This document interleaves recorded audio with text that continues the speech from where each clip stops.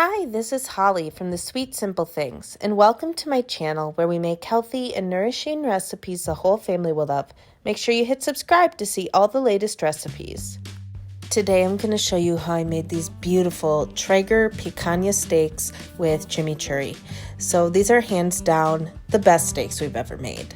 Okay, look how juicy these are. They are so incredibly tender and super flavorful. You see that big, thick fat cap on there?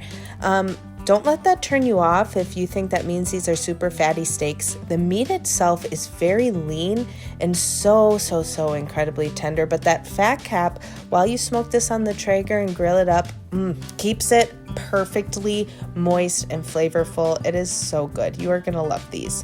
So you're gonna start with a picanha roast, and you're gonna have to go to a butcher shop to get one of these because they don't sell these just like off a grocery store shelf typically. At least I've never seen one. So go to a butcher shop and ask for picanha or a sirloin top cap roast, and you are going to slice the steaks yourself with the grain to create the steaks. So you want to find which direction the grain is going, and then you're going to cut the steaks in 1.5 inch thick pieces. Now these slabs are oftentimes kind of curled into like a U or rainbow shape and put onto big skewers like at Brazilian steakhouses, but it's actually more traditional just to grill these up like steaks, like I'm going to show you how to do it here, and the meat is so good. So all you're going to do is season it with a little kosher salt and some pepper if you want. Just salting it up is how traditionally they would do it in Brazil. I'm just going to add a little pepper because I had peppered everything, so a little salt and pepper to get these things ready for the Traeger.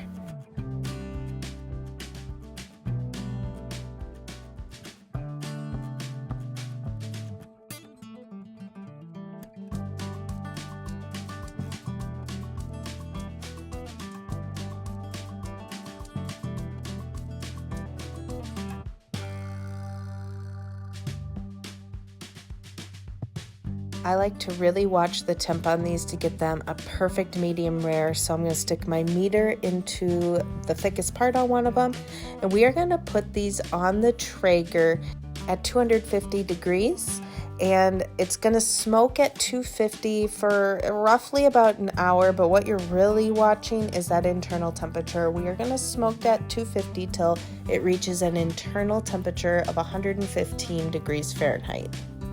At that time, we'll take them off the Traeger briefly to let the steaks rest. That'll let the juices redistribute, and while they're resting, we're going to turn the Traeger up to high, and we're going to use the reverse sear method on these. I'll show you how to do that here.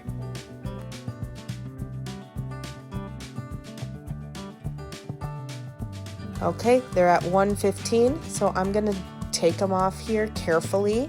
And then I'm just going to take one of my like pastry brushes, and I'm just going to brush a little bit of avocado oil on each side of these steaks to prepare them for the reverse sear.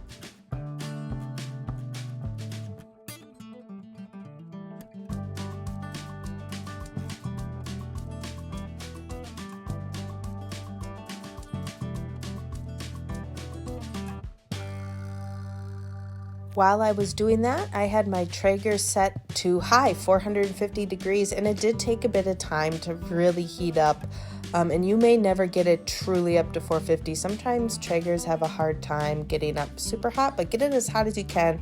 I let it go for about a half hour while these steaks rested, and now we're gonna get them on there close to the heat source, but the meter gets really mad if it's directly over the heat source, so be careful about that. 2 minutes per side. So we're just gonna keep flipping these every 2 minutes to develop that crust.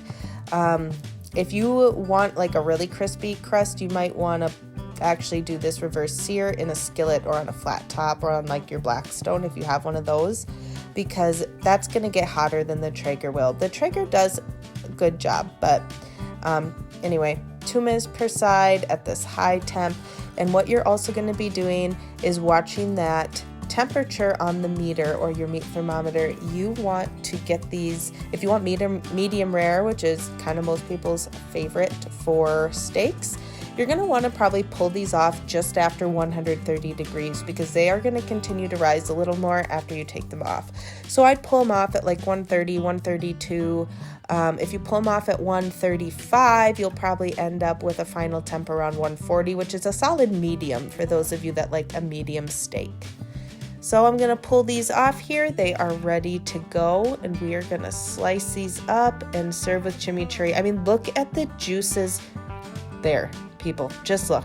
These are amazing, and I can't wait to get my hands on another one of these picanha roasts. This is all I really want for steaks from now on forever. They're so good.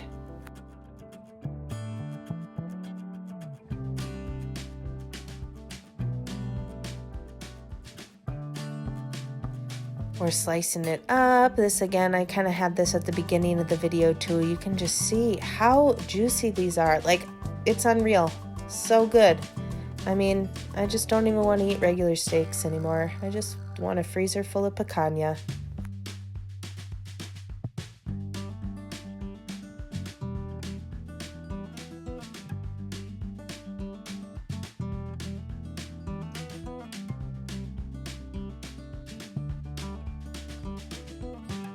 The texture of this meat is like butter. Put some chimichurri on there. I'm sorry I didn't really video that as good, but you're gonna love this recipe, you guys, I promise.